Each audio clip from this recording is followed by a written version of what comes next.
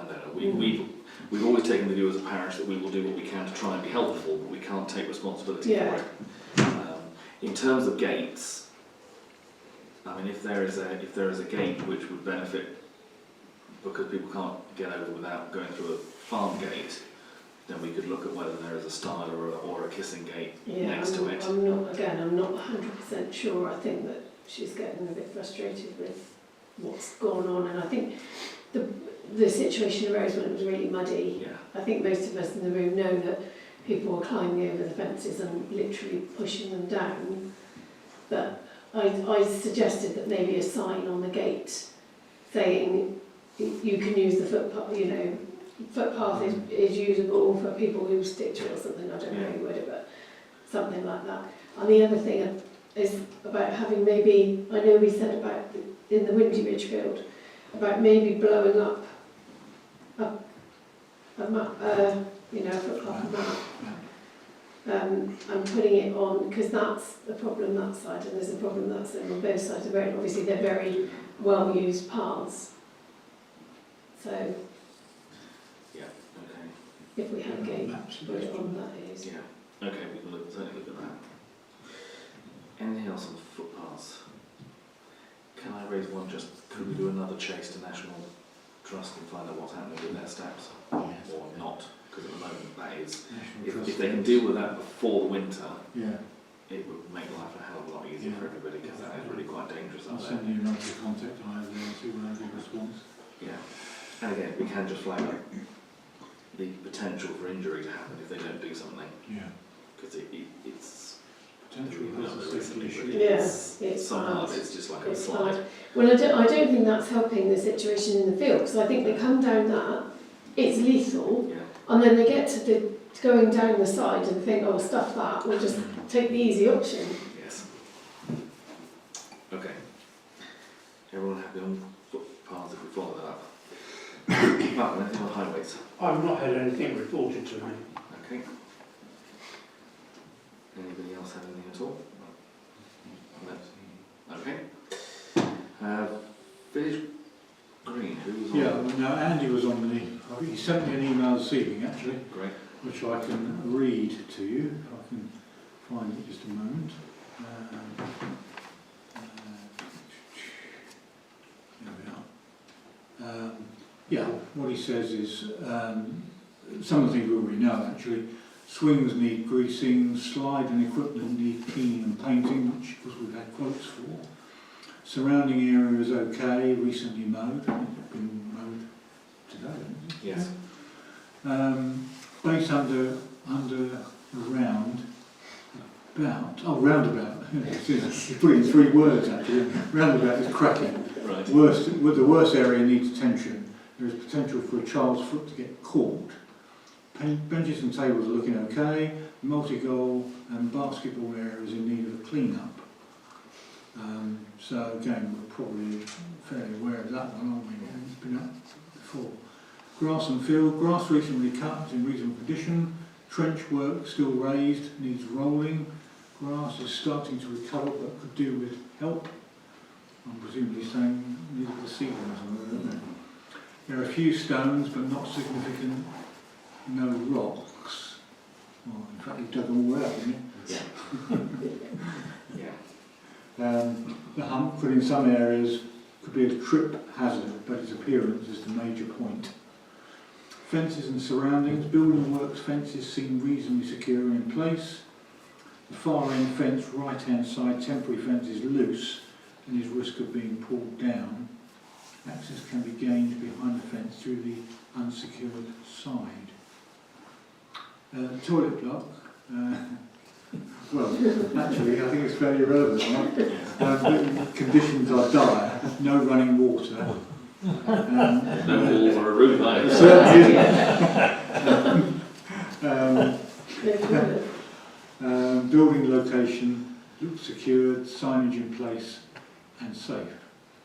So, a lot of those items are ongoing, I guess.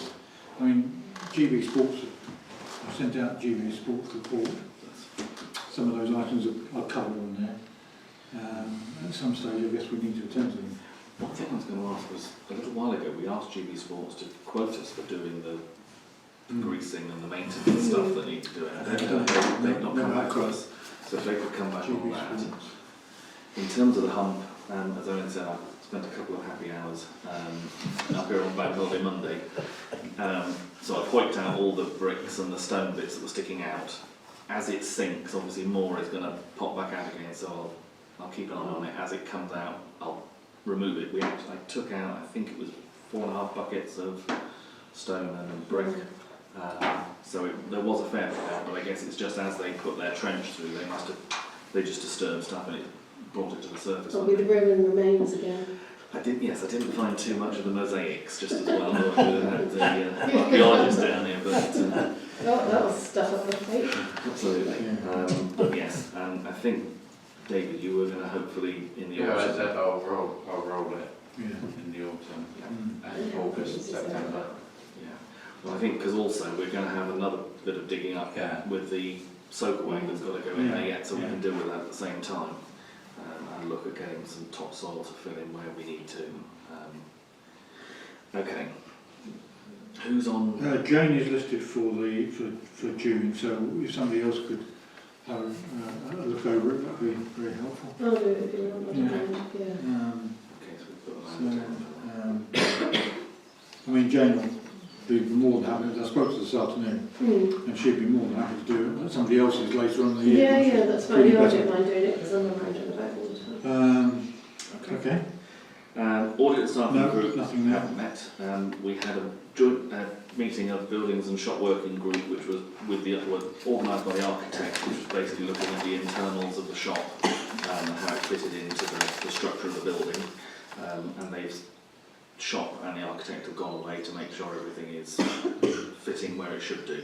So that seemed to resolve a number of concerns that people had that night. So touch wood. Yeah. And that was really a sort of Paul Martin meeting rather than ours. Policy introduction and updates. I sent out 3 new policies. You know, we've got this plan at the moment to try and update some of our policies that have been a bit outdated. Well, not actually outdated. Most of them are all current, but they should be readopted every few years. The complaints policy. Now, the complaints policy is different to the disciplinary and grievance policy. The complaints policy is to do with members of the public outside of the council who have a complaint against the council as a corporate body. So the complaints body is an outside document, really, but it's something which obviously we have to publish. It is on our website currently, and it hasn't been changed since we placed it on the website. So there's no new information on there, but obviously to re-adopt it is good policy. Disciplinary and grievance is exactly the Do same. you want to hold on that for a minute? So that one has been circulated to everyone before the meeting. Were there any amendments that anyone wanted to make to that, or are you happy for that to be re-adopted as our complaints policy going forward? Could I have a proposal? Okay. Thank you. All in favour we re-adopt? You That's know? Okay. carried. Disciplinary grievance policy is an internal one which really refers to employees primarily of the council, of which there is just one.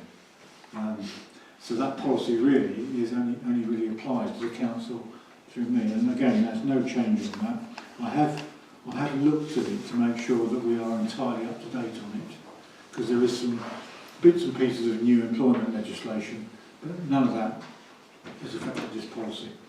Okay, so that's the next one to adopt. And again, that's been circulated. Members will have seen that that's based on the National Association of Local Councils policy, isn't it? Yeah, it is. Any amendments or things that members had concerns about when we went through it? And if not, could I have a proposal that we adopt that as our ongoing policy? Amanda, thank you. All those in favour, please show. That's carried. Okay. And then the final one is equality and diversity policy. Now this was a statutory policy that was introduced about 4 or 5 years ago. This was the 2010 equality and diversity policy changes. Now again, there are no changes to that at the moment. There is a possibility of some tweaks to it later in the year, But at the moment, this one stands still. It's the same one that they introduced in 2010, and it's still current.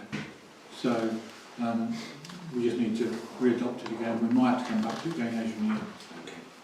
Again, members have had that circulated beforehand, so any questions, queries, or are you happy that we re-adopt that as our ongoing equality and diversity policy? Terrific. All those in favour, please show.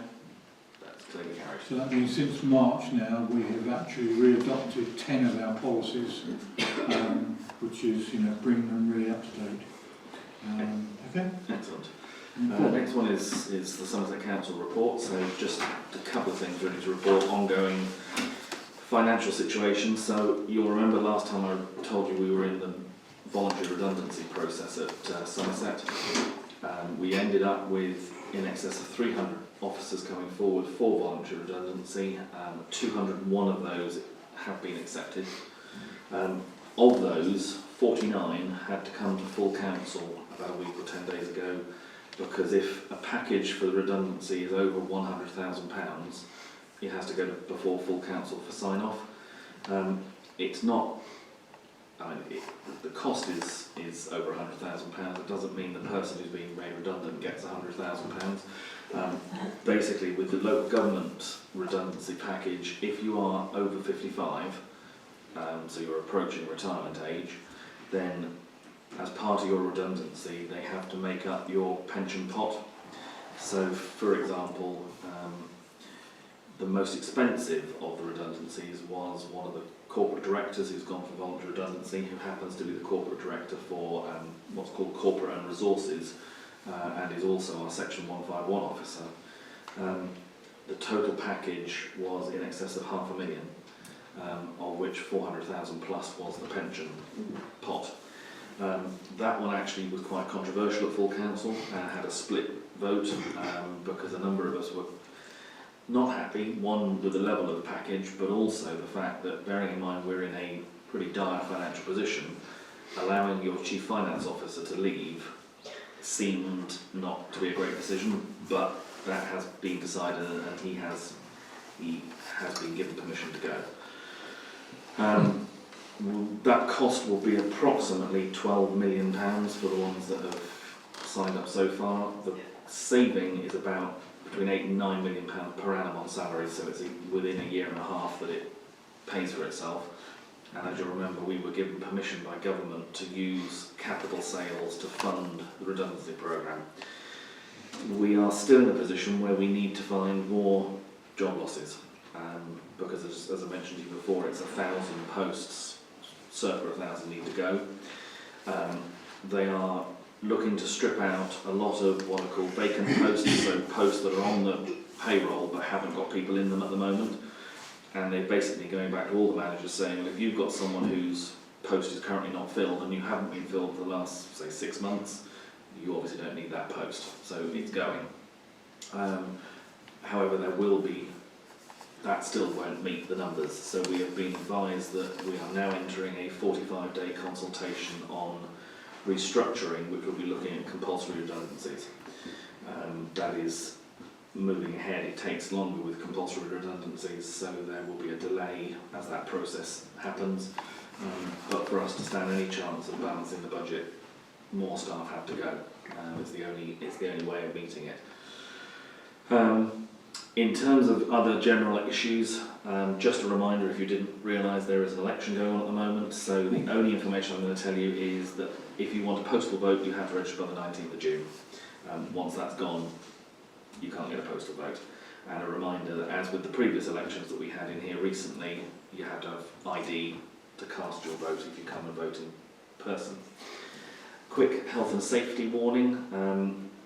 They have asked us to just remind people that when you're putting out recycling, and if you can spread the word to anyone that you know, the blue bag is for plastics and aerosol cans.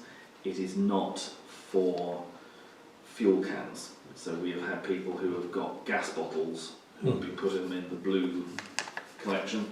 They've been putting a tag on They have, some of them, I've seen but since they've been doing that, they've still had 1,000 that they have found across the whole of the county of various gas canisters, which are obviously explosive, and particularly when they start crushing these things, it doesn't end well. So currently they're having to employ people to go through all of the stuff they're bringing in to hoik out anything. As I say, so far they've found 1,000 of these canisters.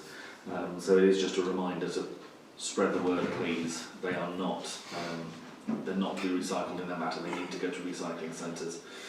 Anyone who knows anyone who has got land, you may remember that every so often there's a thing called a local plan. There is a request that goes out for anyone who owns land.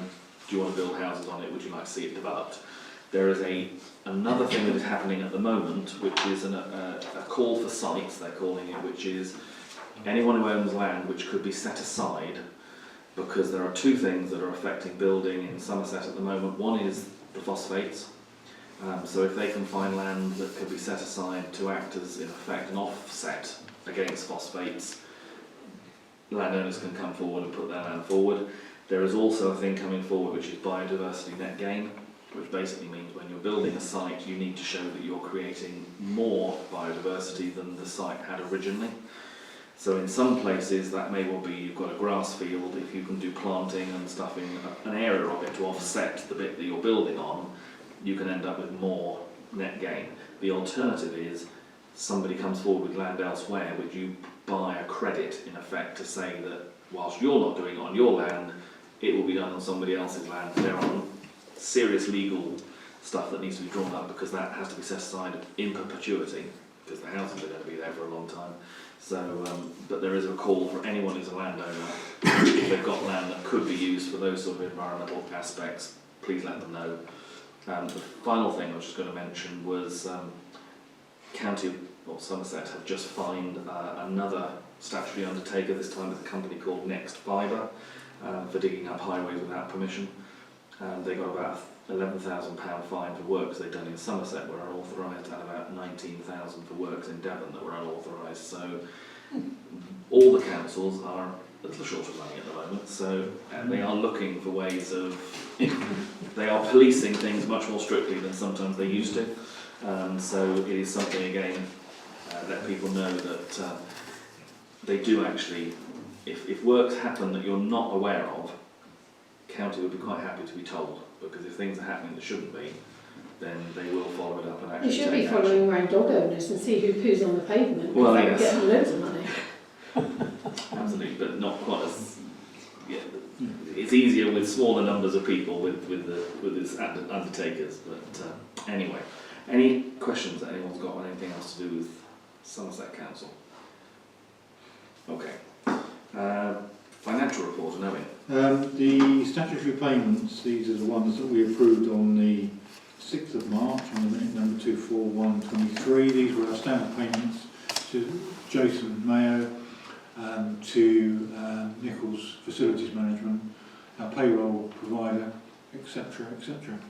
They were the ones that we approved, so we need your approval for us to make those payments. Is there a proposer?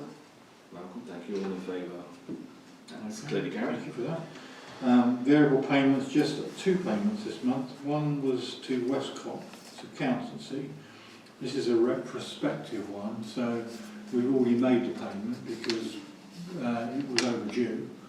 And if you remember right, I came back to you some weeks ago and asked you if you were happy. But I thought it was only right to put it on the agenda as well as a retrospective one. £348 with VAT within that £58. And then there's the replacement Jubilee Stone, repair damage, which is now in place. Is it all looking okay? Yeah, and they say they also supply us with some photographs which are of evidence as well, and they have done the filler behind it, so you can't force it out, which is what we think people did last time to break it. But is that within the price they quoted? that is the price. Spot on, they quoted, right. Yes. Yeah. 1,680, including that includes a VAT figure of 280, which of course we recover. So it's only actually 1,400 as a net figure. Okay. So just those 2 payments. Can I have a proposal that we pay those? Amanda, all those in favour, please show. Thank you. That's clearly carried. And then the only other financial matter there is obviously, which is something I've already covered, which is the new insurance policy with Clear Insurance Provider. So we haven't, so far, that has not been, I haven't had an invoice actually, but that probably will need paying before the July meeting. So that may have to be paid before the July meeting, but I haven't had an invoice yet. So Do you know a ballpark figure as to? it's around about £1,100. So would it be in order that we authorise up to, Yeah, say, I think so. 1250 or? 12, take 1250 and then that covers us then. Because obviously, the thing I didn't mention earlier on about the insurance provider is that normally the building would have been insured by them, but I've taken the building off the policy at the moment. I'm paying for the building of something which we haven't even got. So we can then review that come the, but I have got a figure from the Clear Councils of what that figure is likely to look like in October, and it still works out considerably cheaper than the previous provider. So, And in terms of insurance, the builder has picked up. the builder has picked up. He's picked up three things. That, well, we'll come on to the builder in a minute, because there's a couple of little things Okay. I need to clarify. But yeah, that's basically it. And I sent the budget to you a few days ago, so you've got the budget. So I'll propose that we pay that up to a maximum of 1250. Okay. Yeah. All those in favour, please show. Clearly carried. So then we move on to toilet blocks. So in terms of the PWLB loans, there's been no change since last time. The two sections have been drawn down, Two payments. and obviously no payments have been made as yet for any of the works carried out. In terms of building update, Well, basically, the energy supply and the water supply have now passed to the builder. I've given both the water company and the electricity company final readings that we took from the toilet block. So at the moment, we have no liability at all for energy or water on that building until the building is complete and then handed back to us again. Once it's handed back to us again, obviously readings will need to be taken again, and at that point, the shop will take on the electricity supply with a sub-meter for us to pay our little smaller proportion, and the water company we will take the account back because we're bigger users of water, and they will pay us a small amount for the water that they use. So that seems to be now fairly well organised with the builder. That's all passed to him. His details have been given to the energy company. One of the things that I must admit I was quite concerned about was the usage of water suddenly shot through the roof over the last 3 or 4 months. We had twice the size of the bill that came in March, reading went up to March, and then the final reading we had from the water company to close the account down is half again, and it's only 6 weeks. So there's been some water usage there that I'm not aware of. So there's either a tap been running or something. I think I reported quite a few times that tap Yeah. constantly on. I turned it off again. So our half-yearly figure is about £600 for water, and it's normally about 240. So quite a significant. There could have been a leak as well, couldn't there? Could have been. I mean, certainly it's something it is being addressed with the new toilets, that they will have cut-offs on them, Yeah. so they won't be allowed to be left. They can't just, no. Apart from that, there's no other building. I mean, it's all obviously out there for viewing. One couple of things I was going to mention. One is, obviously, you'll have seen the toilet is in place, the Portaloo. That was done on the basis of the contract that we looked. Remember, we had quotes and both were the same, so that's gone ahead on that basis. And in fact, what we ended up doing was we're doing it through the builder. The reason being that if we didn't do it through the builder, we had to set up our own account with the company and all the stuff that would involve. He said he would be happy to do that. It's the same price to us, and he's not charging us any difference. He's just literally passing us on the bill. The other thing I was going to ask in relating to building is we've been advised that the post box at the old post office has been requested to be removed and shut off. The post office have agreed to doing that. We made an early request to say we would like a replacement and got a negative response from the post office. We then had another email saying sort of if you want to take it up, let us know and we'll give you a form and you can fill the form in. So before we did anything further, we wanted to come back to the council and just say, are you happy that we go back to them and say, actually, yes, we do want a post box to replace the one that is going, and obviously it would make sense to have it. The one other thing they told us was they will only allow it to now go on public land, because I guess they've had all the problems with private sites like the one we've now got. So we were just going to ask permission basically to take this up with the post office and try and push to see if we can get a replacement box, particularly as we know the shop are aiming to get I think they called it a post office in a box. Yeah. If they're going to get that, it would make an awful lot of sense to have that available. And for those of people who live at this end of Brent Street, the only other near post box is actually in the wall of the Fox and Goose, which means you've got to cross the A38 in order to post. Yeah, So that post box is used by an awful lot of people, yeah. and I think it would be sorely missed, especially people that walk or. Yeah.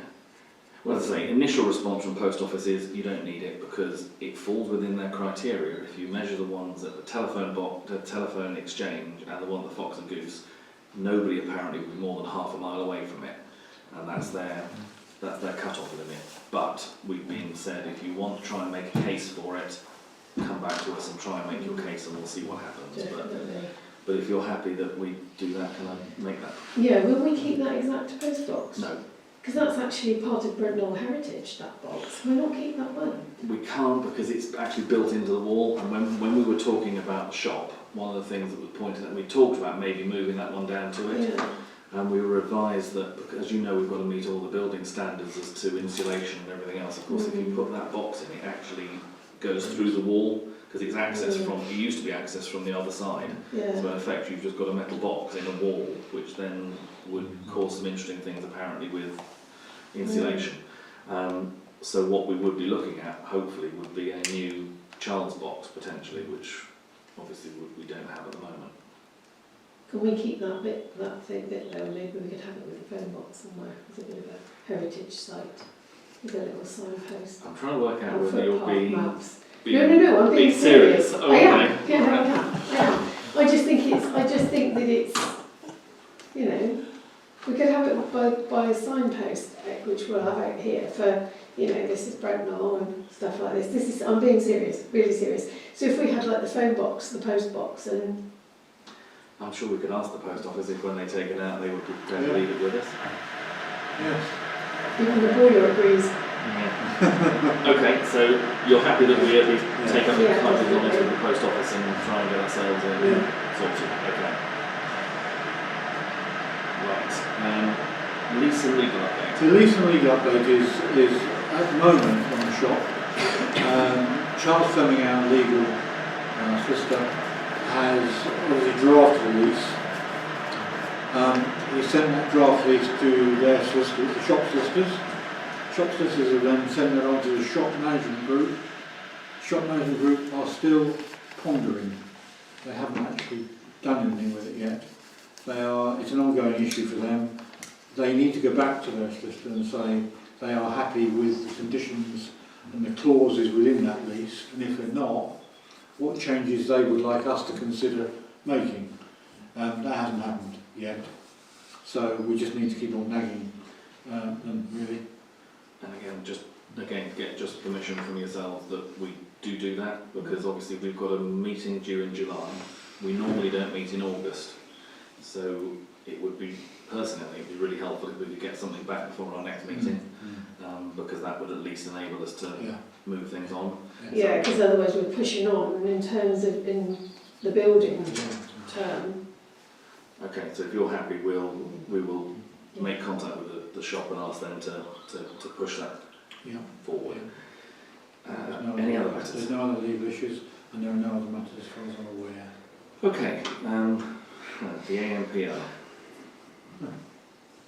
I think the fair thing to say on that at the moment is we've had discussion with both the local police and Owen's been chasing. Thank you very much. who was the gentleman who organised the whole thing from the police side. We are still struggling to get progress. We're obviously keeping data at the moment, but the police are not taking it on from us. Again, what we'd like to do is put some further pressure on. We now have a new PCC in place, Police and Crime Commissioner, and I think if we can't get an immediate response from the police, we'd just like your permission to escalate it to them and ask them to put some pressure on for us. Definitely. Okay. All those in favour that we do that, please show. Okay, that's fine. Thank you very much for that. Flood and groundwork considerations. Church, any change there? No, not that I've got at the moment. We are still awaiting. I've had conversations now with, it's not strictly all behind the church, but I've had conversations with Somerset about the grating that is up Hill Lane. They are looking into what the origins of that are, because nobody had it on their map. So they're coming back to us on that, because I've said, well, obviously Highways must have been looking after it, and it's servicing, putting water under their road, so as it goes further down. So they are going to come back on that one.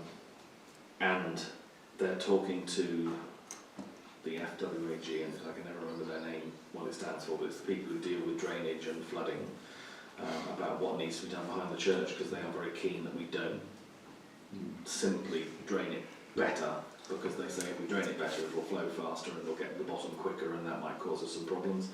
So they want to come up with a more detailed plan as to how we can slow the flow, but that's underway at the moment as well.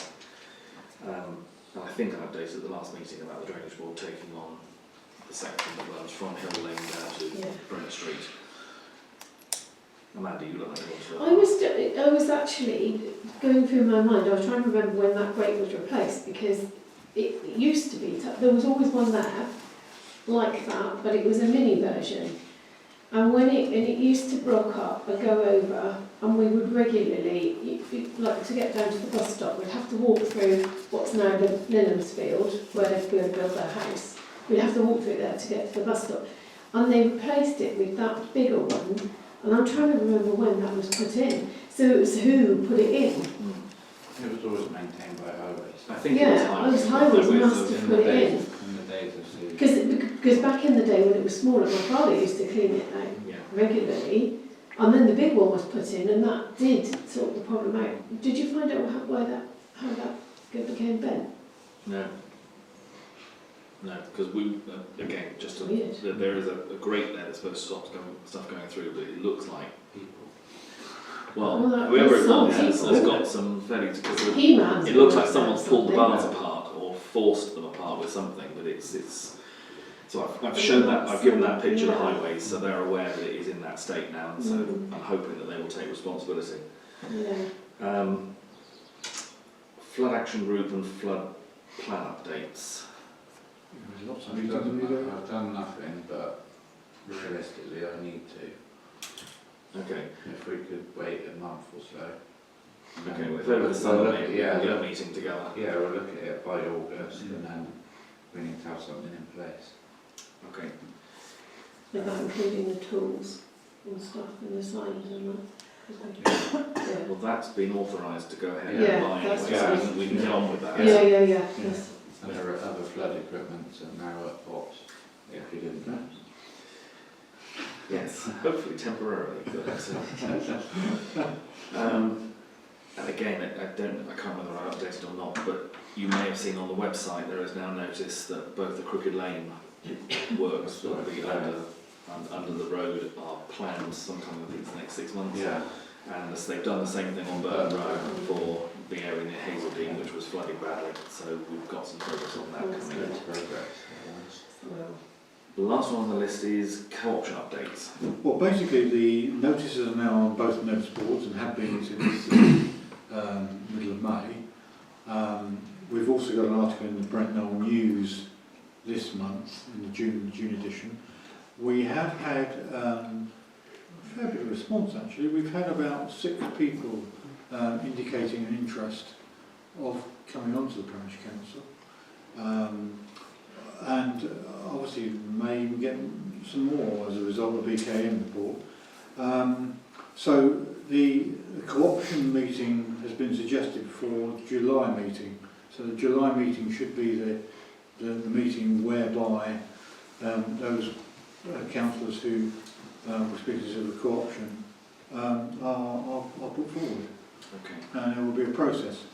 And just remind you, of course, is that under our co-option policy, if you've got a number of candidates, anybody, currently we have nine on the council, so any person to be co-opted in the first round of voting would need to get 5 votes, effectively, to rule out a further stage of the process. So it may or may not be quite a simple process. It may be a little bit lengthy, depending on how members feel about the co-options that are in front of them. So, yeah. Yeah. So, and of course, again, under our policy, the voting takes place, as you know, by a show of hands. So we can only vote one candidate. Although we've got 2 vacancies, we can only vote one at a time. So we have to elect one candidate, and then we'll have to do the same process for the second candidate. But as I say, hopefully, it may well be that those votes are quick, or it could be a whole series of rounds, which, as you know, we have had in the past. One person has to get 5. Correct.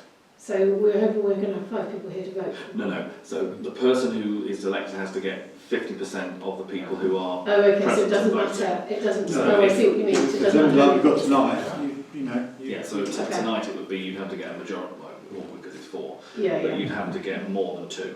Yeah, yeah. Okay. So as long as you're over 50%, that's what triggers you. So it doesn't end up with a vote where you can end up with 2 people getting 2 and others voting for other people, and so you could get elected with just 2 votes, which is Yeah. not acceptable under policy. It has to be more than half of the councillors present.